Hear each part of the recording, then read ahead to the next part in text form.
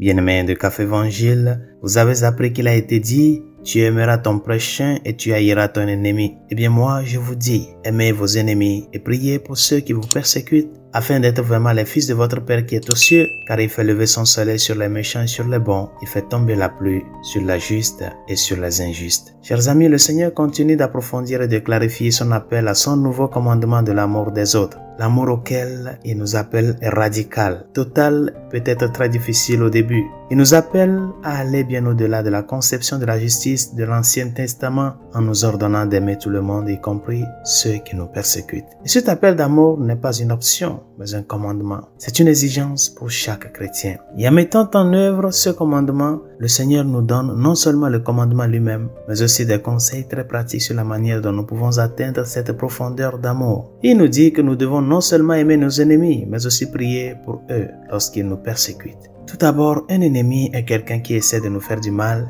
et qui en général pêche contre nous. Et la réaction commune à ces expériences est de se défendre et de riposter. La première étape consiste donc à rejeter toute tentation de ce type. Et comme le Seigneur l'a dit dans le passage de l'Évangile qui précède celui-ci, ne résistez pas aux méchants. Bien-aimés dans le Seigneur, le passage de l'Évangile d'aujourd'hui va encore plus loin. Le conseil pratique que donne notre Seigneur est de prier pour ceux qui vous persécutent. Et ce commandement n'exige pas seulement de rejeter la tentation de se venger d'une personne ou même de simplement résister à ce qu'elle nous fait. Vous devez maintenant prier pour eux. Prier pour quelqu'un qui a péché contre vous est un acte de la plus grande charité et de la plus grande générosité. Et c'est une façon très pratique d'imiter l'abondante miséricorde de Dieu. C'est pourquoi prier pour vos persécuteurs vous transforme radicalement, intérieurement et vous rend saint. En un sens, le mal qu'un autre vous fait peut se transformer en un don qui vous est fait, parce qu'il vous donne l'occasion de rendre la prière pour le mal infligé. Et c'est un don très réel et pratique que nous devons embrasser par ce nouveau commandement du Seigneur. Résolution de ce jour. En ce jour de grâce, sois attentif à cet enseignement du Seigneur sur l'amour qui va au-delà des critiques et des persécutions. Sois attentif dans le sens de pouvoir faire le pas du vrai amour, du profond amour, en pardonnant quelqu'un qui te fait du mal